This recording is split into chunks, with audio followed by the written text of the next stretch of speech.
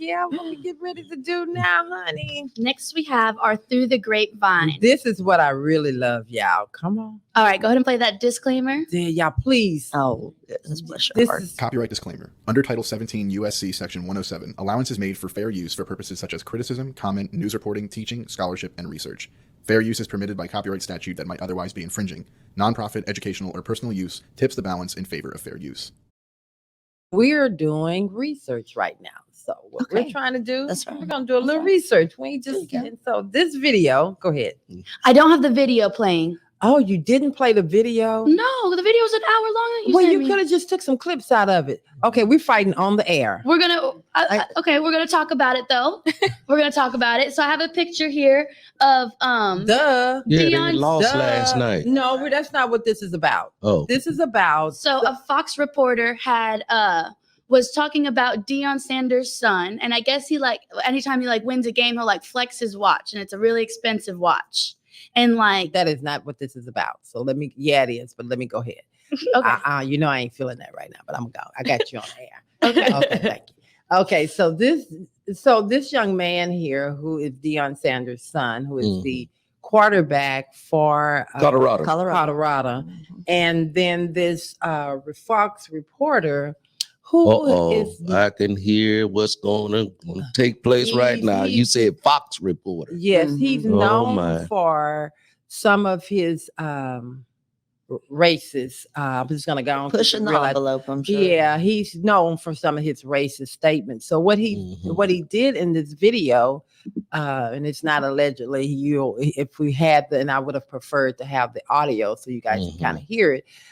He was making racist statements. He went on about this young man. He went on to talk about he's just over him for the flexing and all of that. Well, he always puts his watch up whenever he does something. It's not showing off the watch. He's saying that it's time. It's time to go get it. And so the Fox reporter went on to say that there are a lot of good. He's tired of the gamemanship and him being cocky, and that he's lived all over the world and he has black friends and white. Just went on into that, and he said, "What does that have to do with the watch?" He probably got it from his dad being rich. That's how he was able to buy a $80,000 watch. When he played with an $80,000 watch? No, stop.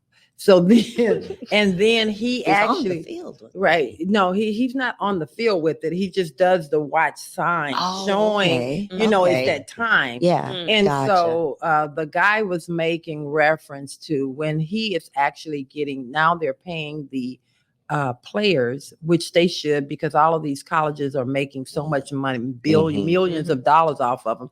They're getting paid. So they said, well, he's probably what does that look like to all the other people that are struggling to go to school and all of that? And he's getting paid like that. So let me just wrap it all up. This young man is no different than any other young professional or even a college student. They do whatever they have to do to get their goat. Why do we have to make things racist? So he took it so far as to make it be a black and white thing. And for me, and now they're talking about firing him. He's already been suspended. And for me, why do we always have to negate race with something? That's further than the issue. The issue was maybe about him being cocky, but what does that have to do? But he wasn't even being cocky. They weren't saying anything to. Maybe I'll rephrase. No, you're right about that. But it is a cocky, right? But the issue was who among them are not cocky? I mean, those are confident individuals. I remember Johnny Manziel, a white quarterback.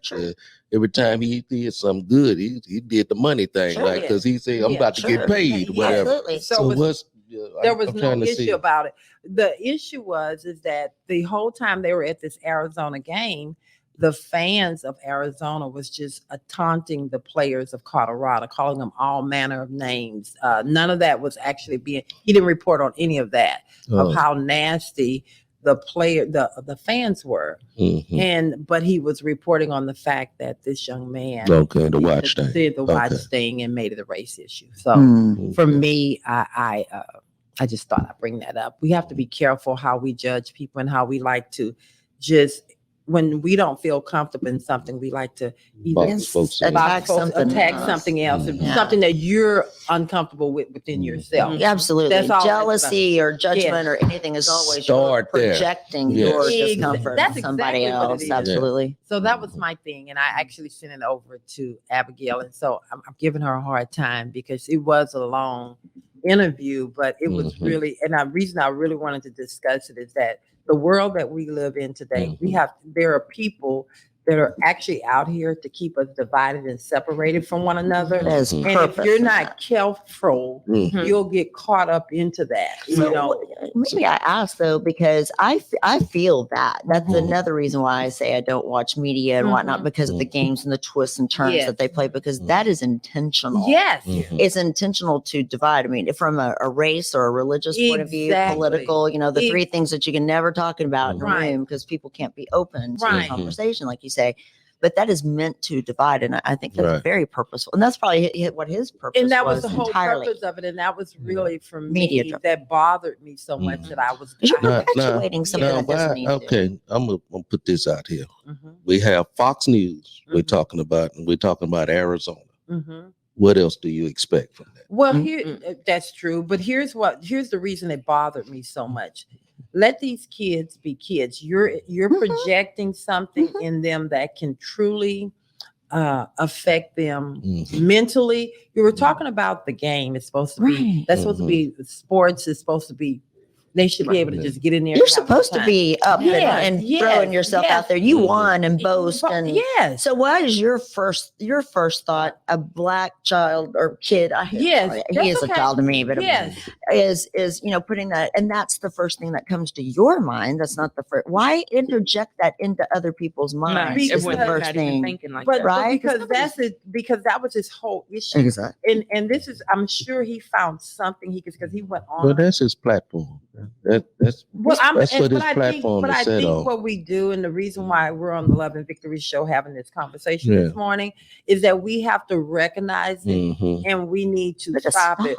That's right. So when you hear, we don't just brush over. We have to stop brushing over stuff because it's only getting worse. And so when you hear it and you have the opportunity to inject something in it, you need to make sure that you're injecting something positive into it. So that's that was a great. This subject touched you. It did. It did, because it made me think of my grandsons now that are coming. And I don't want to see them having to deal with this. I have the same thing. Yes, every generation. Why is it still I have a grandson because of dudes like that. I have a grandson. He is an amazing. Two of them. They're amazing. Three amazing athletes, and I don't want them to be subject to that. And it's pitiful because there are more mixed race children in the world today. Do they have a harder time? Yes. Is mixed race harder? I think it is. I think it is because I think it's you don't belong. Hard. Where do you belong? You feel like, and I don't, and I think that's why, because we have, we have grandchildren of mixed race, and I don't like to get into that, but those are my babies. And I think that we all have a responsibility and a part that we play into this foolishness. It shouldn't matter the color of a person's skin. It should matter that's a human being, right? And how would you want someone to treat your child? Absolutely. And how would you want someone to treat you? My children are mixed race too, and it's always a platform. It's always a platform. Or they walk in a room and automatically it's a platform. Why? Exactly. This is the 2020s. Why are we still dealing with it? And they are because yesterday I was at my son's school. He's in this program at A&M in Galveston, and so I was talking with him. And is he a cadet? He is, for the That's Maritime Transportation Right. program. Come on, say it. So it's a great program. It's a great opportunity for him, and we're both excited that he's a part of it. And yesterday I was talking to him and his friend was telling me like how he deals with a lot of racist stuff. Mind you, school just started. This is the first semester, and said that he's been called the N-word a couple of times to his face. And I didn't dig deeper to find out, was it from students, was it from teachers, like where did this come from? But just to know that they still deal with this in 2023, yeah, it's crazy. And I have to say this, and I guess I know this is the Holy Spirit having us have this conversation, because I usually don't go this long with this, but I think it's so important and necessary. I think it's, when I think of the young people today that are, even if they are using and saying this, it's about what's going on at home, because this is not, the kids today have been brought up in a world where it's definitely, they see all races. Right. So to have a young, if it's a kid that's saying it, it's something that he's going on home. They're watching. They're watching and they're learning and they're being fed. Right. If it's an adult, that's embedded in them, and they pour into these young kids. And so I say we got to continue to pray and educate, educate, be an example, and we have to teach them how. And I'm speaking to the mothers of children of color.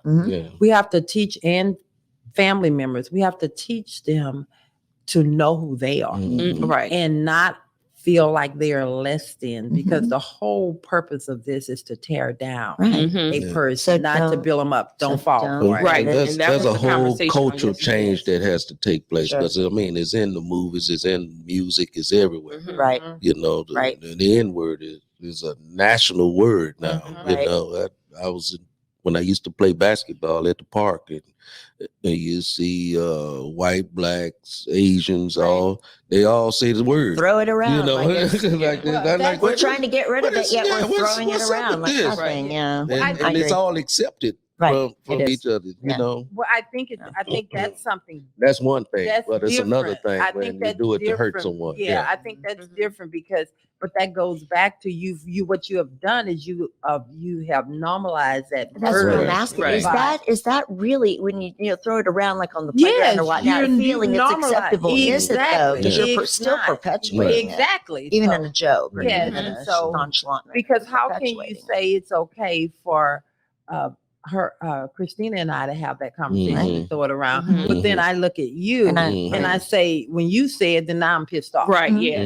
So we're not going to have that conversation. We're not calling each other that. Absolutely. Abigail, I think it's a good subject you having today, and having Dr. Pinkston on the show. Having a lady of the Caucasian persuasion. And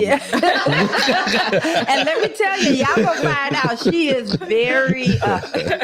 Y'all know I don't connect. Anybody that knows me, I don't just connect with anybody. Yeah. And I'm definitely not gonna bring you into my your circle, and you're not. I don't see your heart. And Dr. Pinkston, that's why I can say. That's why she is my co-host. You're not only a part of a radio, you're part of a family. Thank you. Exactly. And Christina knows that about me. Absolutely. I am very, my circle is so tight. You have to. I'm very guarded and protected about it. Absolutely, you have to. All right. Abigail, you have something? I was just going to add an update to the story of what we were saying. The Fox reporter, when I was looking into this, he made references saying like, oh, he couldn't even afford that watch, all those things.